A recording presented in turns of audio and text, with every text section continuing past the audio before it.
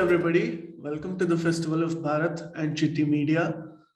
Today, we are joined by somebody who was here on our current affairs show last week, and her video on dismantling global Hindutva, her analysis got a lot of good response from our community across the world. And today, she joins us in a much more long form conversation about many different issues concerning Hinduism. Now, she is into eco-philosophy, eco-critical theory, yoga. She's a Kashmiri Shaivite by practice, but is an Australian. And she also talks about decolonial ecofeminism, Hinduphobia, sustainability theory are some of her research areas, favorite research areas. Please join me in welcoming Sarah Gachji. Sarah ji, thank you so much for joining us. Namaste, I'm well, thank you. How are you going, Sharon? It's all good in India, and your video has received quite the response from our global audience. Yeah, that was a surprise. Thank you to everybody. And I want to just say for those beautiful people who said they love me, I love you too. Thank Absolutely. you. We were not surprised. We were definitely sure that it is going to be a hit. And today we are talking about much more. So I'm pretty sure this is going to be a fantastic interview, and I really look forward to this. Thank you. So Sarahji, let me just go straight into my first question. So today we are here to talk about a range of subjects, from Hinduphobia to dharmic ecology to yoga and Kashmiri Shaivism. Now, if I have to come to my first question, and to keep it very basic, yoga has been a very big influence in your life, and you've been writing about it, you've been speaking about it. How did you discover yoga, and what brought you closer to it, and what kind of an impact has it had on your life? So my first memory is actually meditating as a young girl. I was laying in bed and I was asking, that question, who am I? Who am I? Who am I? Over and over again. And I remember seeing this tiny little point of light. And so I focused my attention on it. And, I had some profound experiences from just simply concentrating on that bindu. So I was born, I think, with memories of having meditated in a past life. I feel yoga has guided me through my whole life, and it's just something that naturally unfolded. My parents, I was raised vegetarian. My dad, my father and my grandfather, they were spiritual. My father was a meditator. So I think I was in a good environment to learn how to meditate and practice yoga. Sarahji, by nationality, you are an Australian. So we know about Hindu communities more predominantly in the United States and Europe, but we do not get to hear a lot about how Australians perceive Hindus and what's their worldview on Hindus. So I think that Australians are very respectful in general of people's private religious activities and their cultural activities. We recognise that, many ethnicities and cultures have contributed to our society. And so there's that sort of general public respect. However, you might get the odd raised eyebrow when you start talking about certain esoteric practices within yoga. Some people will be more interested and they'll ask you questions, and some people are just fascinated when you start talking about yogic philosophy and Hindu philosophy. And some people are, they're happy to accept you doing what you do. But they've got a limit to that. They don't want to know about spirituality or religion. But there is a general sort of misunderstanding, I think, because there is that sort of cultural barrier there, and there's less engagement with the, Hindu temples than there could be. And a sort of, when Diwali comes, there's big celebrations, and politicians get involved and they hold big social gatherings that are publicly accessible, and that's something that really helps Australian community to get engaged. Right. But there is prejudice and there is bias, especially in the media. And when you read about some of the academic perspectives on Hindu culture and Indian culture, not just Hindu, but definitely Indian culture, a lot of misunderstandings that need to be overcome. Absolutely. I'm really glad you arrived at that point, because my next question is, while the leftist academia is still hell-bent on not recognizing the definition of Hinduphobia, and last time we did have quite a conversation on this, on how Hinduphobia's origin is, maybe you could reiterate that again for our audience. So Hinduphobia is still not a definitional concept. It's still stuck in age-old magazines, right? In reality, it's different. Now, you have written about the phrase extensively, and that it's existed for the last 150 years. Could you please enlighten our audience about what you know? So there's actually two words. There's Hinduphobia and Indophobia, and I haven't really written much about Indophobia, but they're sort of they're terms that really belong together. And I think that something to take away from my research for anybody who's interested in understanding the sort of historical framing of Hinduphobia is when Sutindra Bose said that there were immigration restrictions that were coming in America that would affect all Hindustani students. And what he meant and what Hinduphobia actually meant when he was writing about it was prejudice and bias towards people from Hindustan. So we need to broaden this understanding of Hinduphobia beyond this very, narrow religious framework, because it actually historically incorporates a culture from India, a people, so an ethnicity, and also those very diverse religious practices, which are like incredibly pluralistic all over the Indian subcontinent. Right. So it's not really it's the scholars since then have been redefining and reclassifying and creating these taxonomies of Hindu culture that divide everything up, like Buddhist, Hindu, all the different sects of Hinduism, this word Brahmanism, and even the word Hinduism is, it's a Western construct. Right. So they've changed the meaning of what Hindu means so far that they can say, well, Hindu phobia doesn't exist because we don't see religious prejudice and bias. But what it really means is prejudice and bias against people from Hindustan, which is pretty much the whole of India. Right, the whole subcontinent for that matter. Absolutely. Yeah.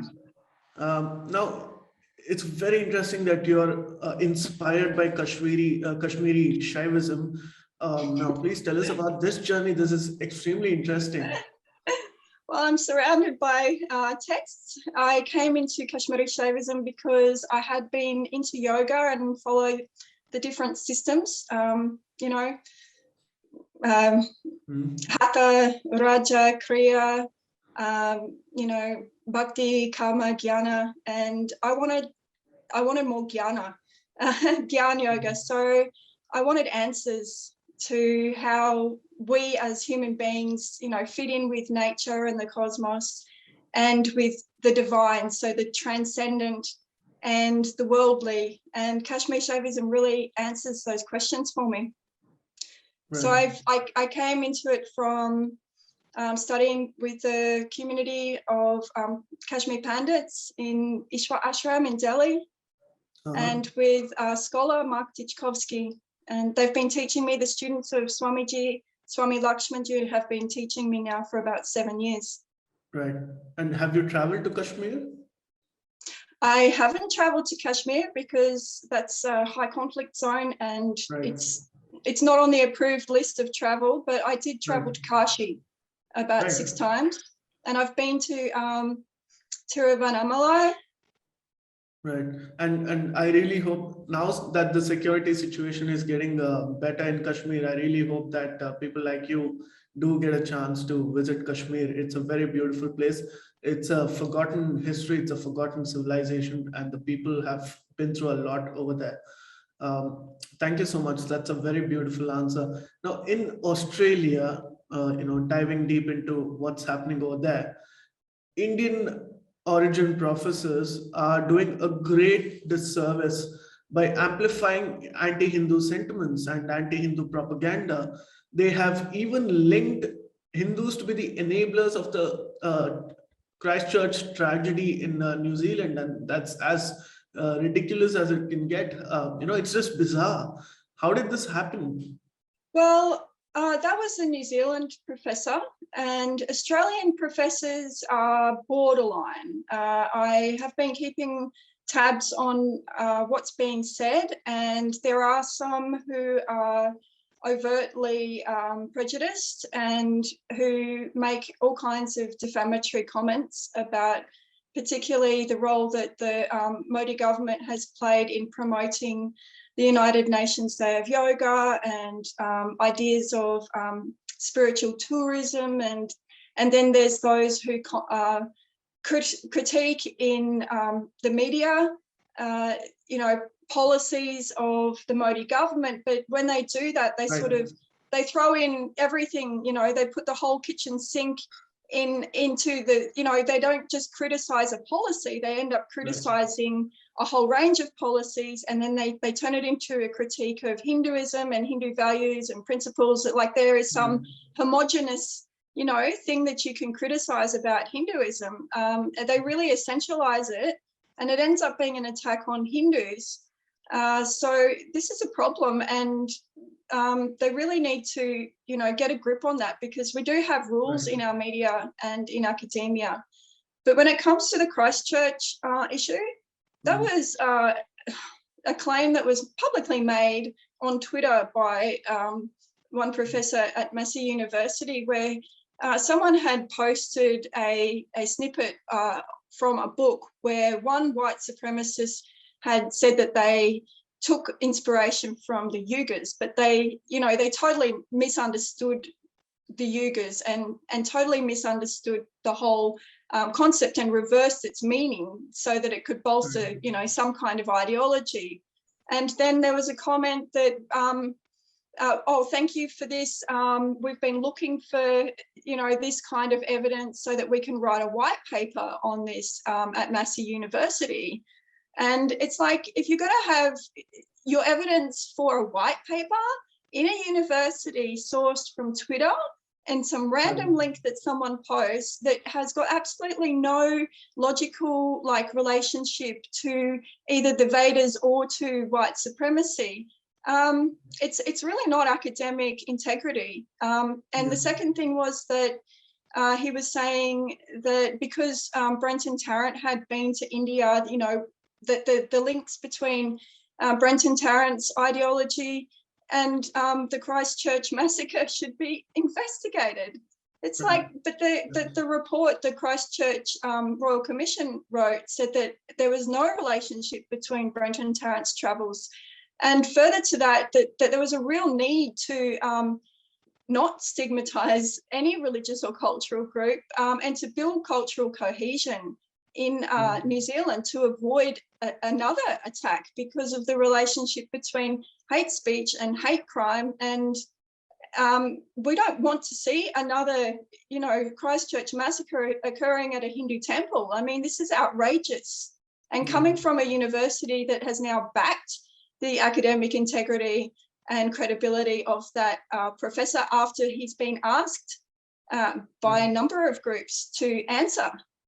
It's really despicable. I think Jacinda Ardern really needs to look into this before it escalates. Absolutely, Saraji. I mean, today morning, at the time of this recording, the New Zealand cricket team is on its way back home from Pakistan. And if you look at the domestic discourse, political discourse in Pakistan, it somehow says that India enabled that sort of terrorism in Pakistan, which is the reason why they are not able to play cricket, a few hundred kilometers away from India. and this entire thing is being blamed on India and Hindus. So I think the chain of events sort of connects with how the larger academia has a vested interest against Hindus in India. Absolutely right.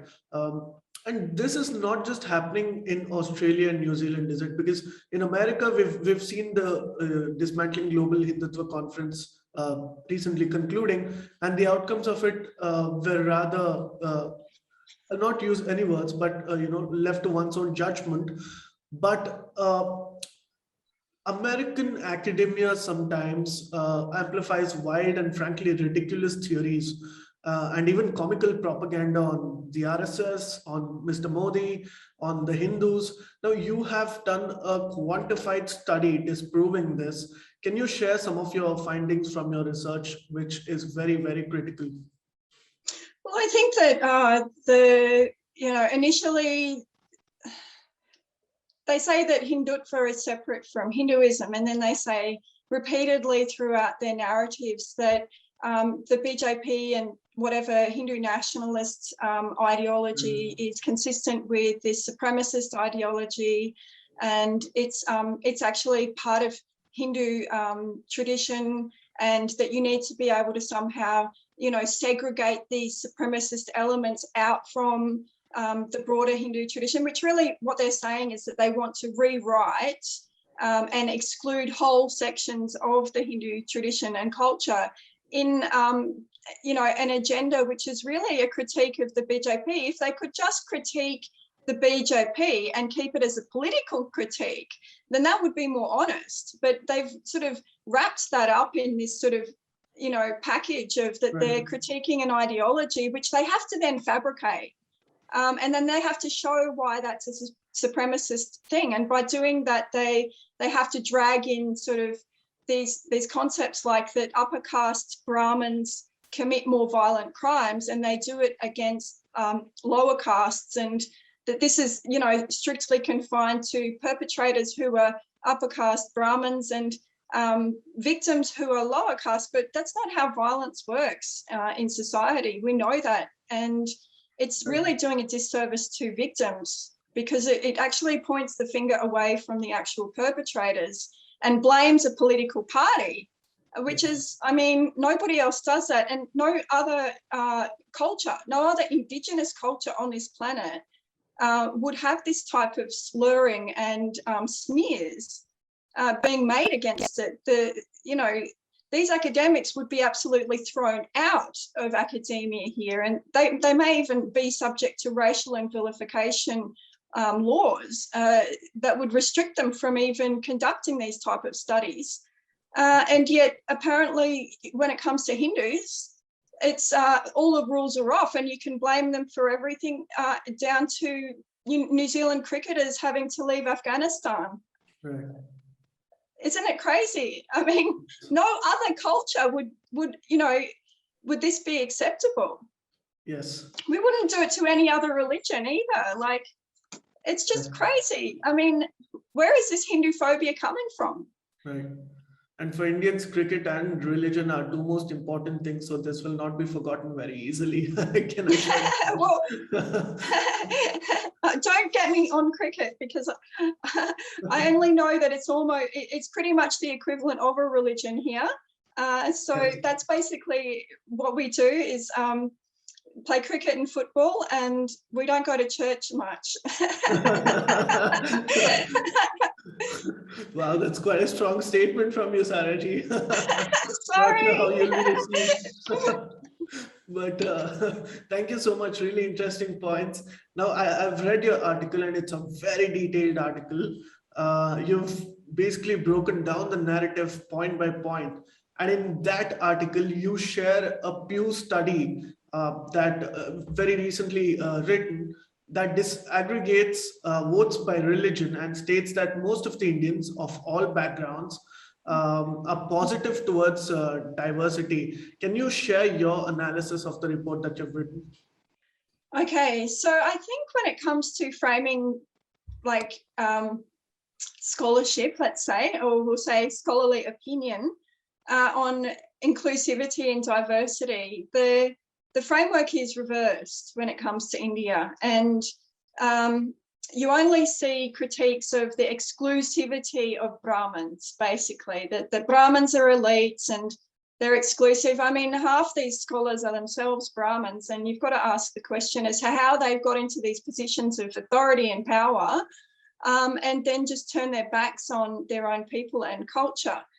The Pew study showed something that I was actually surprised by, and people have said this to me, but I've never had any sort of verified facts about it. But in India, when they're talking about caste oppression, there's 2 points to be made on this. All of the religions there are identified by caste. So each of those religions has a caste system in place, but we only ever hear, you know, that this is a Brahminical practice, and then somehow, you know, every other religion is free of caste, and therefore they're more inclusive and diverse. So that's the implied narrative that they're trying to say, is that there's only one particular narrow sector of the society that are upholding the caste system. If they're not Brahmins and they don't want to have caste, then, you know, why is there still caste? I don't think you can blame that on one tiny sector of the community. This is a big problem. But the other thing is, I have read the police reports. So there were 1,000 pages plus of police reports from 2019 and 2020, and they're extremely thorough. I've never seen police reports that detailed and thorough, and they don't list, for example, with sex crimes, which is, you know, the big sort of taboo subject that they're trying to throw to embarrass Brahmins and upper caste Hindus. They don't list the perpetrator by religion, and they don't list the victim by religion or caste either. So where are they getting this data, you know, to prove that Right. It's just demonization. It's just a very simple strategy to demonize one sector of the community, but in the name of critiquing the BJP. And, you know, Prime Minister Modi ji is not a Brahmin. So Yes. it really, you know, it's like, it's never been highlighted, in fact. Exactly. This needs to be highlighted. Right. It's really bizarre, and I think they're keeping that private. They don't want to talk about that because it demonstrates that the Indian political system doesn't reify Brahmins. Right. You think that everybody in government would be Brahmins, Yes. yeah? Now, And if it Hindus. were to be a political motive, to a certain degree, one can only observe what is being done. And I carefully use the word observe and nothing else. But even with the president of India, who is not at all a political entity in some sense of speaking, he is a Dalit, and even he's been targeted to the vicious politics of the left. You know, that just speaks volumes about who's enforcing certain stereotypes on caste politics in India. Absolutely well said. Thank you. Sarji, thank you for those inputs. And one more observation that I've made from the writings of yours is that you've strongly criticized the SESAC report and its various assertions that it has boldly made. Now, for our viewers, what is the report? What does it say? And why are you so critical of it? Well, the SASAC is a website, basically, that Audrey Truschke has you know, stated that she contributed to. So we don't know who all of the authors are, but that website basically profiles Hindus, and it has like a set criteria for Hindus that are supposedly Hindu supremacists or extremists. And there's this other kind of Hindu that isn't really well defined. It's a bit of a mush. And assuming that other kind of Hindu is the type of Hindu that is basically deracinated and doesn't really practice their Hinduism, because what they've included in the profile of the supremacist is anybody who is culturally confident and proud and who stands up for Dharma. And if you speak against the Hinduphobia that they're continually spewing out, then you are profiled immediately as a Hindutva, supremacist or extremist. And it's kind of like what they did, excuse my comparison, but we've seen this happen before in history. When you profile a whole group of people and you tell them that their whole culture and religion is actually wrong and worthless, and it should be erased from the face of the earth, which is pretty much what they're saying. Right. We know what the consequences are. We've seen it before. So it's a bit rich to be hearing that we're aligned with some kind of white supremacist ideology. Right. Absolutely. Yeah. It's the opposite. They're the ones that are presenting this ideology of exclusion and the denial of genocides past, and the pressing for a cultural genocide. All I'm reading when I read that is that they want all of the elements of what they call Brahmanism to be wiped off the face of the earth. And they say things like that the Vedas are supremacist texts. I mean, yes. Do you see a logical fallacy? Because while one side of the spectrum is trying to delegitimize the concept and definition of Hinduphobia, on the other hand, they expect us to sort of legitimize the concept of Islamophobia. Well, they call you Islamophobic if you question the Islamist extremism, and you say we don't like being compared to these extremists who have committed terror acts or other extremists that are committing terror in India, because it's not limited to that class. But this thing about denial of Hinduphobia is like a real cognitive dissonance, because I have personally shared with Audrey Trushke and several other scholars from this DGH conference my study on Hinduphobia, showing that it does go back 155 years, and it was coined by an Englishman. So it certainly can't be coined by Hindutva, and it has been used throughout that time, and they just refuse to accept it. They're keeping this stuff up on the internet, which is patently false. That's not academic integrity. That's just patently false. So I think they can't be covered by this academic freedom or academic integrity if they're not actually holding to the rules and being critiqued by peer review. Yes. I've actually got something to say about that further. Sure. Okay, so what we've found is a pattern of denial, silencing, not being willing to listen to any other side of the picture, not being open to scholarship which refutes their findings, not being open to peer review. None of the content on that site is subject to peer review. It is, it's bolstered by all kinds of links, like I told you last time we spoke.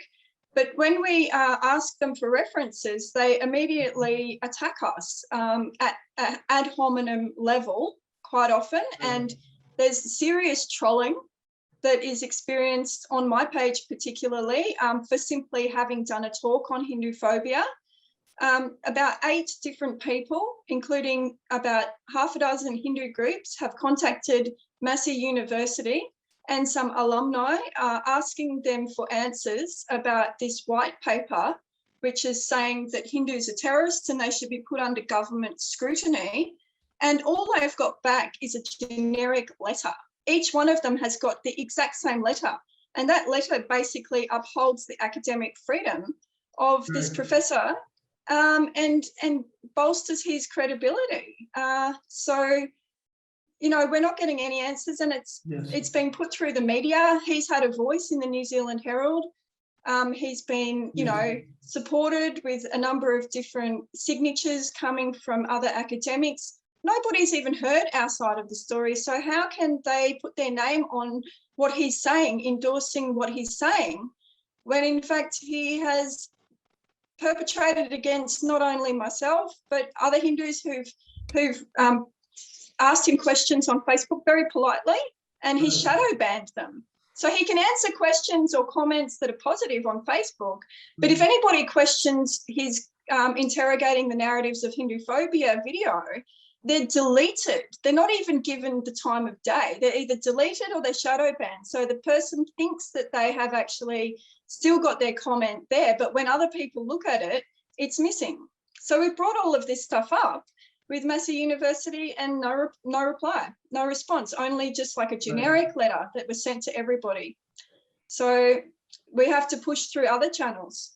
Yes, absolutely. And it's actually very disheartening to hear that. And we really appreciate whatever you've been trying to do. And these kind of patterns are quite obvious and has been happening for a while. It's a recurring, set of events.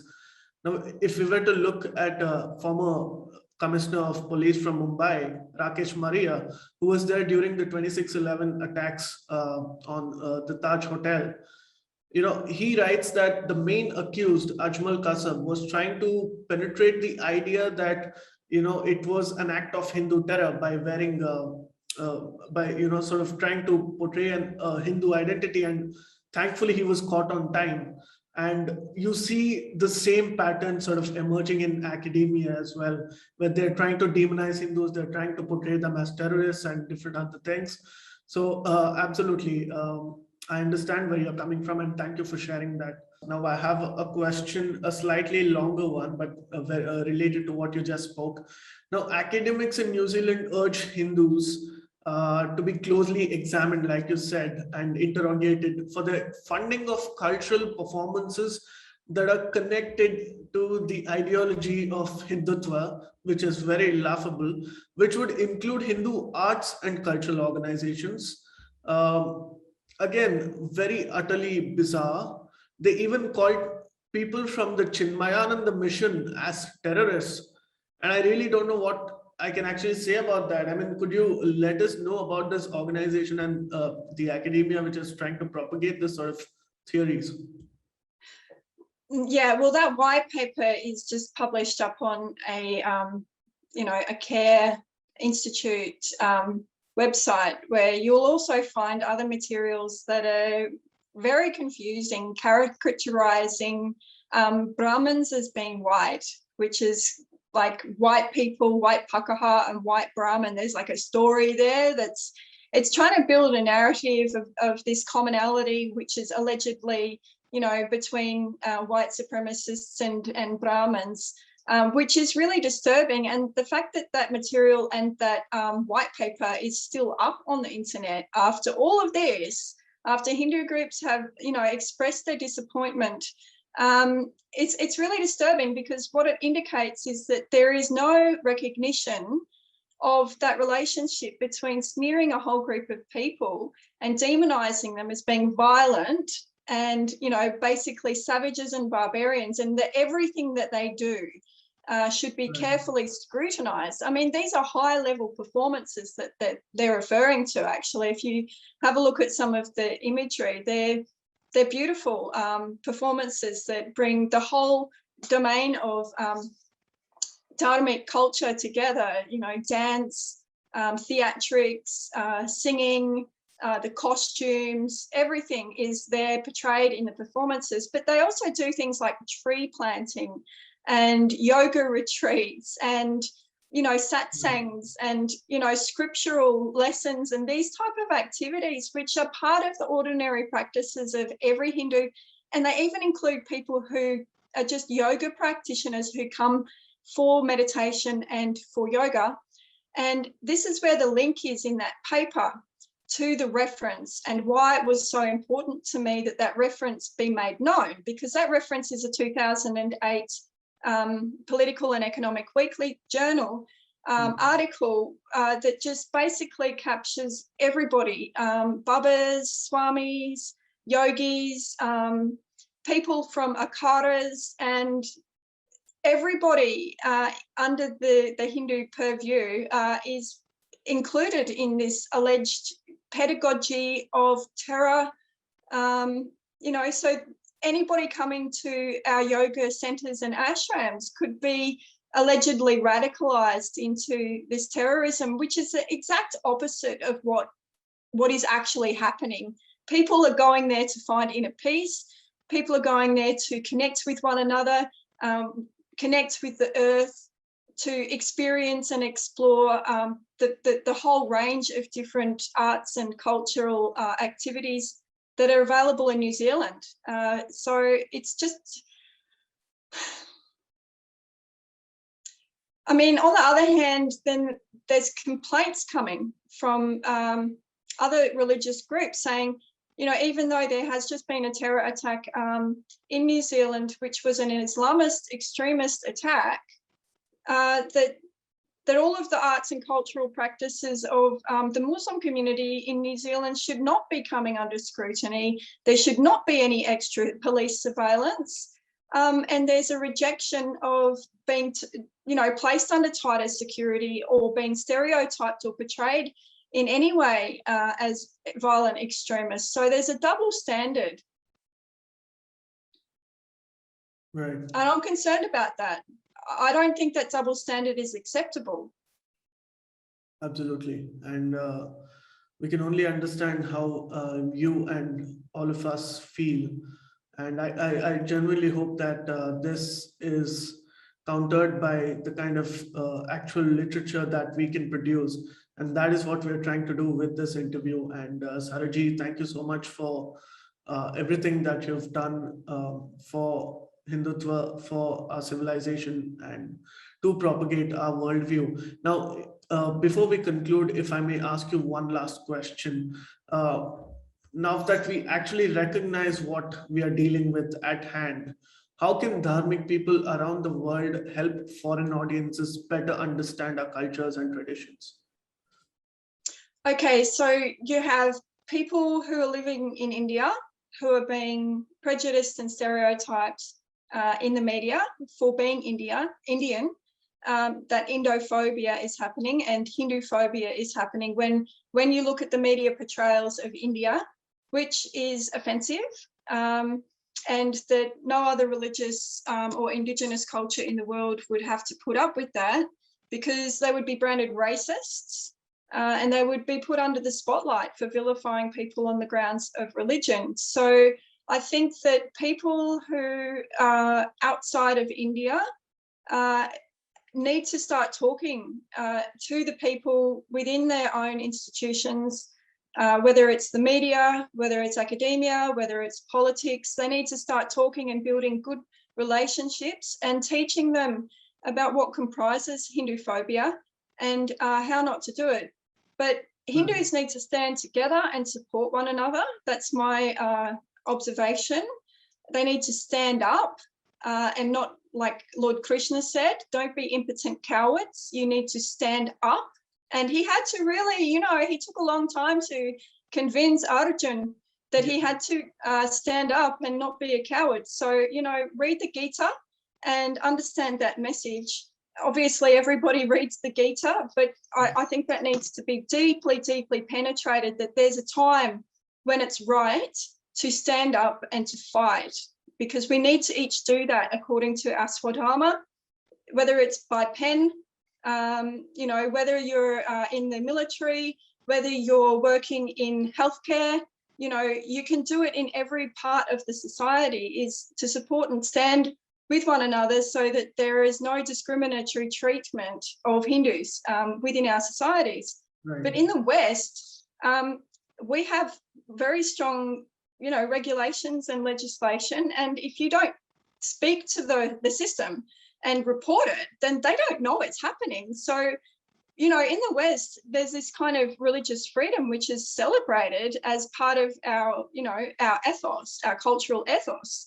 But if you don't go and report any act, whether it's just prejudice or bias in the classroom, whether your child comes home from school and they've been bullied at school, if you don't report that to the principal and you let it wash over, it's just really, it's opening the door for more violence. So it's not an act of pacifism, it's actually an act of himsa, because when you ignore violence and you don't report it and you think that it's going to go away, what that does is it leaves space for more violence to occur. And this is why this is growing exponentially, because there's like, you know, 1.5 to 2 million Hindus outside of India, and there's only half a dozen or a dozen that have actually stood up and spoken against Hinduphobia. So where are all these voices? And if if we want to be heard, then we need to speak. And the democratic system, you know, it allows that. It actually wants people to speak and to uphold their own civil rights. And we won't get anywhere if we don't.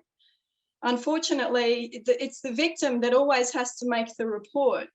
Nobody's going to come and save us. We need to stand up and take the initiative and use the available systemic protections that we have, because they're there. We just need to use them. And when they're not there, we need to make them aware that they need to be there, that there are no protections or there is no recourse. For example, with this university, it's outrageous because there's such a breach of academic freedom parameters. Yes. And yet there's no response. I mean, they're breaching their own rules. We've got rules. And if I breach those rules as an academic, then my university can take action against me. So I need to be careful. And so do all of us. And that includes the people that are making this Hinduphobic rhetoric that's smearing everybody as a terrorist. This needs to be outlawed within academia and the media before people get hurt, because we've just seen dot busters return in America. So we don't want to wait until people are killed on the streets before action is taken. So everybody needs to step up. It's time now for people to step up. That's my opinion. I hope that people aren't offended by it. No, this is an extremely powerful message coming from you. And I hope a lot of people are going to see this and are going to wake up to the reality and smell the coffee. Thank you so much for joining us, Saraji. It is always a great pleasure to talk to you. And it's a learning for me as well. I'm really grateful. Thank you. We are very grateful that you could join us, not just once, but on two of the occasions in the last 1 week. And I hope you will continue to join us for some more such conversations. Thank you. Thank you. Surely will. Thank you. Thank you, Saraji. Namaste. Namaste.